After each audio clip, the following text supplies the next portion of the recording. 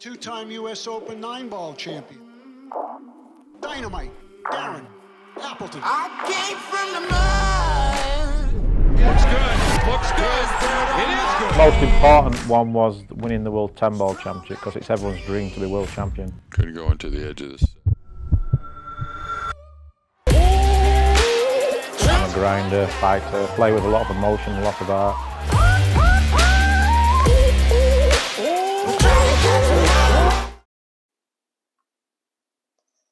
Hello everyone, welcome back to another Back to Basics edition.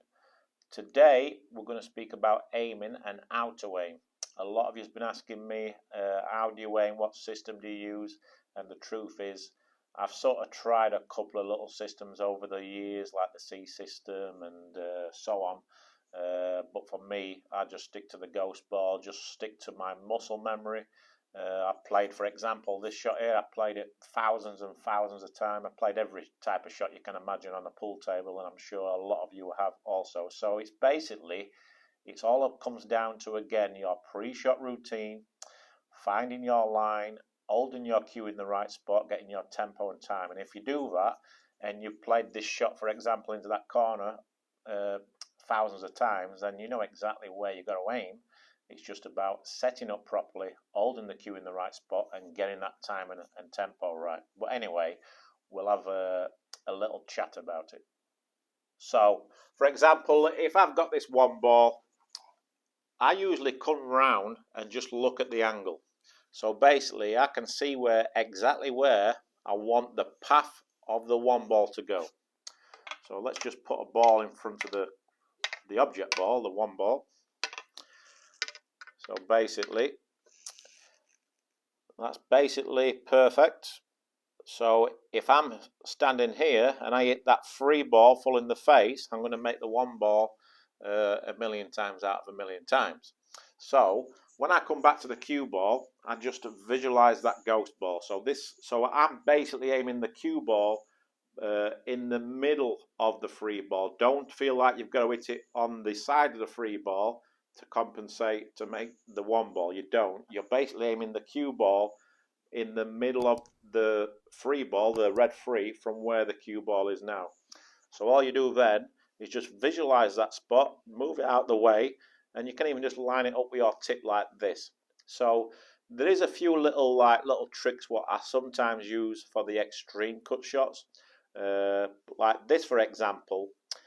On my table, there's a little shadow just at the side of the one ball, the yellow one ball, and just in front of it, which you can't see.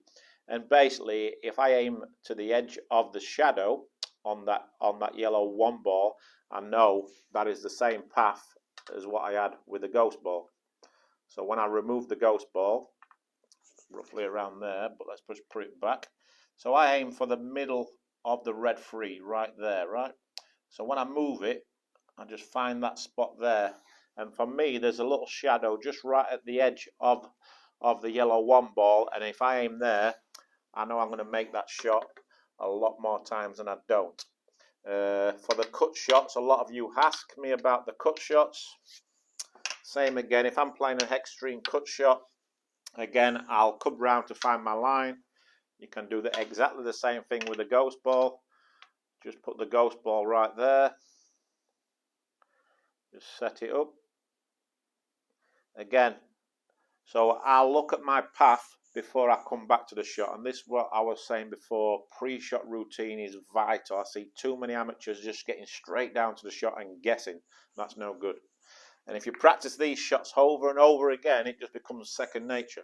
So again, I'll look at the path I want the yellow one ball to go. So when I come back, I can see it a lot better. I can visualize it.